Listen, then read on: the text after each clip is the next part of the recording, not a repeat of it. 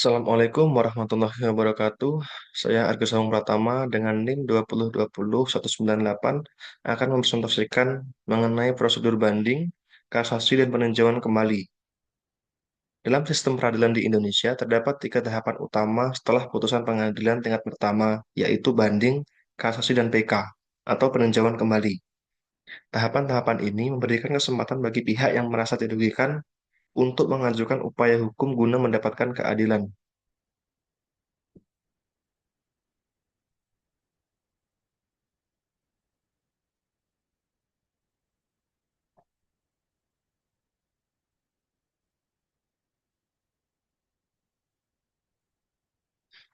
Yang pertama ada banding. Banding merupakan upaya hukum pertama yang dapat diajukan oleh pihak yang merasa dirugikan oleh putusan pengadilan tingkat pertama. Banding ini diajukan kepada pengadilan tingkat banding yang berwenang atas wilayah hukum tempat pengadilan tingkat pertama berada, di mana tujuan dari banding adalah untuk meminta pengadilan tingkat banding menguji kembali putusan pengadilan tingkat pertama dan memberikan putusan baru yang lebih adil. Kemudian syarat pengajuan banding yaitu para pihak yang mengajukan banding harus memenuhi persyaratan formal dan material yang diatur dalam peraturan perundang-undangan. Persyaratan formal meliputi bentuk dan isi surat banding, sedangkan persyaratan material meliputi hal-hal yang menjadi pokok perselisihan dalam banding. Lalu jangka waktu banding ini adalah 14 hari sejak putusan pengadilan tingkat pertama diucapkan. Proses banding. Proses banding dimulai dengan pengajuan surat banding oleh pihak yang merasa dirugikan kepada pengadilan tingkat pertama, kepada pengadilan tingkat banding. Pengadilan tingkat banding akan memeriksa surat banding dan menentukan apakah banding tersebut diterima atau ditolak. Jika diterima, pengadilan tingkat banding akan memanggil kedua belah pihak untuk persidangan banding.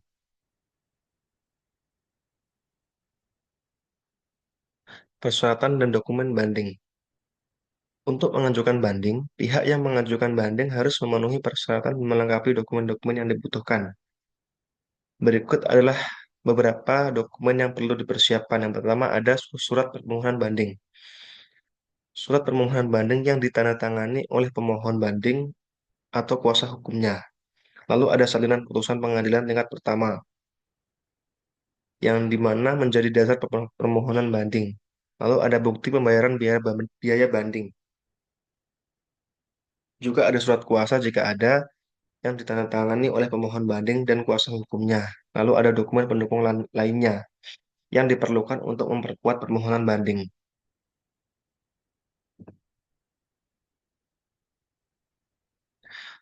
Proses pemeriksaan dan pertimbangan pengadilan tingkat banding. Setelah menerima permohonan banding, pengadilan tingkat pertama tingkat banding akan memeriksa permohonan banding dan menentukan apakah banding tersebut diterima atau ditolak. Jika diterima, pengadilan tingkat banding akan memanggil kedua belah pihak untuk persidangan banding. Jadi prosesnya yaitu yang pertama adalah pemeriksaan awal. Pengadilan tingkat banding akan memeriksa kelengkapan dokumen dan persyaratan banding.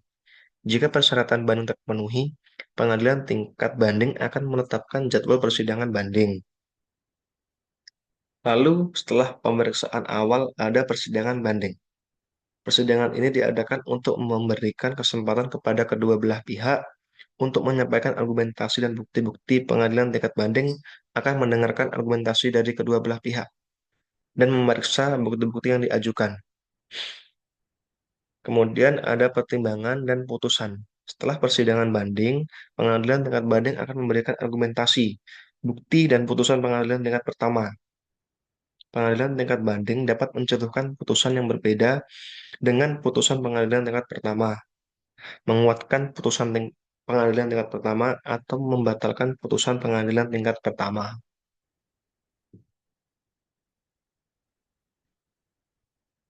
Nah, putusan pengadilan tingkat banding. Setelah persidangan banding, pengadilan tingkat banding akan menjatuhkan putusan banding. Putusan banding dapat berupa yang pertama yaitu menolak banding. Jika pengadilan tingkat banding menolak banding, maka putusan pengadilan tingkat pertama tetap berlaku. Nah, jika pengadilan tingkat banding menerima banding, maka pengadilan tingkat banding akan menjatuhkan putusan yang baru dan menggantikan putusan pengadilan tingkat pertama. Putusan baru tersebut dapat berupa penguatan putusan, pembatalan putusan, atau perubahan isi putusan pengadilan tingkat pertama. Lalu upaya hukum selanjutnya, pihak yang merasa dirugikan oleh putusan pengadilan tingkat banding dapat mengajukan upaya hukum selanjutnya, yaitu kasasi. Nah, selanjutnya saya akan membahas mengenai kasasi, yaitu upaya hukum yang diajukan setelah banding. Dasar hukum kasasi diatur dalam pasal 240 HIR, pasal 264 RF, dan pasal 143 UU No 2 tahun 1986 tentang peradilan umum. Kasasi ini diajukan kepada Mahkamah Agung, di mana tujuan kasasi adalah untuk meminta Mahkamah Agung menguji kembali putusan pengadilan tingkat banding dan memberikan putusan baru yang lebih adil. Syarat pengajuan kasasi. Pihak yang mengajukan kasasi harus memenuhi persyaratan formal dan material yang diatur dalam peraturan perundang-undangan. Persyaratan formal meliputi bentuk dan isi surat kasasi, sedangkan persyaratan material meliputi hal-hal yang menjadi pokok perselisihan dalam kasasi. Jangka waktu kasasi ini adalah 14 hari sejak putusan pengadilan tingkat banding diucapkan. Nah, proses kasasi dimulai dengan pengajuan surat kasasi oleh pihak yang merasa dirugikan kepada Mahkamah Agung. Kemudian Mahkamah Agung akan memeriksa surat kasasi dan menentukan apakah kasasi tersebut diterima atau ditolak. Jika diterima, Mahkamah Agung akan memanggil kedua belah pihak untuk persidangan kasasi.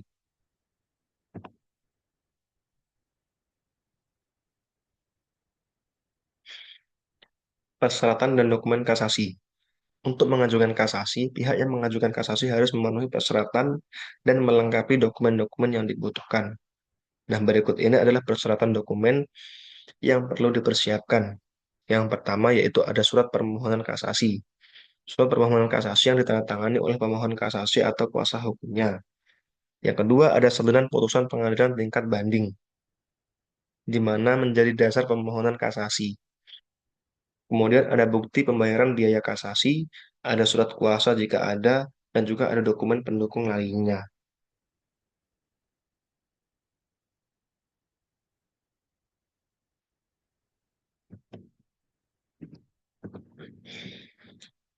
Proses pemeriksaan dan pertimbangan Mahkamah Agung. Setelah menerima permohonan kasasi, Mahkamah Agung akan memeriksa permohonan kasasi dan menentukan apakah kasasi tersebut diterima atau ditolak. Jika diterima, Mahkamah Agung akan memanggil kedua belah pihak untuk persidangan kasasi. Persidangan kasasi biasanya hanya dilakukan jika terdapat sengketa mengenai hukum atau fakta yang mendasar. Jadi prosesnya yaitu yang pertama ada pemeriksaan awal. Mahkamah Agung akan memeriksa kelengkapan dokumen dan persyaratan kasasi. Jika persyaratan sudah terpenuhi, Mahkamah Agung akan menetapkan jadwal persidangan kasasi. Kemudian proses selanjutnya yaitu ada persidangan kasasi. Persidangan kasasi biasanya hanya dilakukan jika terdapat sengketa mengenai hukum atau fakta yang mendasar. Jika tidak, Mahkamah Agung akan memutuskan berdasarkan dokumen yang diajukan. Lalu yang terakhir yaitu pertimbangan dan putusan. Mahkamah Agung akan mempertimbangkan argumentasi, bukti, dan putusan pengadilan tingkat banding. Mahkamah Agung dapat menjatuhkan putusan yang berbeda dengan putusan pengadilan tingkat banding, menguatkan putusan pengadilan tingkat banding, ataupun membatalkan putusan pengadilan tingkat banding.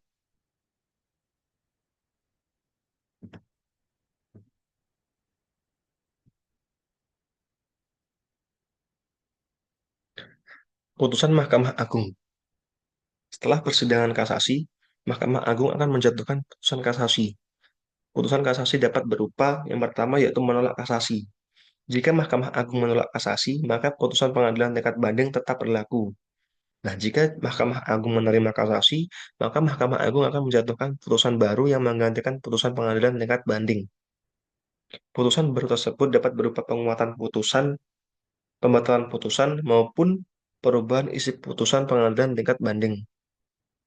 Lalu, apa upaya hukum selanjutnya jika kasasi sudah diterima atau ditolak, yaitu pihak yang merasa dirugikan oleh putusan Mahkamah Agung dapat mengajukan upaya hukum PK ataupun peninjauan kembali.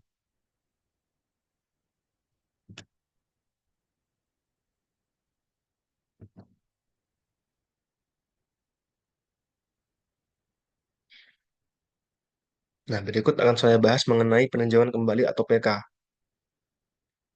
Peninjauan kembali ataupun PK adalah upaya hukum terakhir yang dapat diajukan oleh pihak yang merasa dirugikan oleh putusan Mahkamah Agung. Dasar hukum PK ini diatur dalam pasal 266 HIR, 290 RV, dan pasal 144 UU No 2 tahun 1986 tentang peradilan umum. PK diajukan kepada Mahkamah Agung. Tujuan PK adalah untuk meminta Mahkamah Agung menguji kembali putusan Mahkamah Agung dan memberikan putusan baru yang lebih adil. Syarat pengajuan PK, PK hanya dapat diajukan jika terdapat alasan yang sangat kuat, seperti adanya bukti baru yang sangat penting, adanya putusan pengadilan yang mengikat, atau adanya pelanggaran hukum yang sangat berat dalam putusan Mahkamah Agung.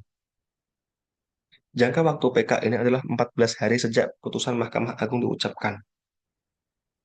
Nah, proses PK ini dimulai dengan pengajuan surat PK oleh pihak yang merasa dirugikan kepada Mahkamah Agung.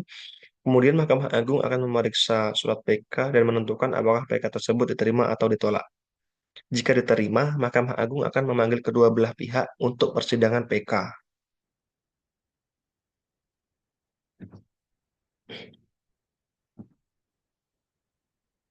Sekian presentasi dari saya. Assalamualaikum warahmatullahi wabarakatuh.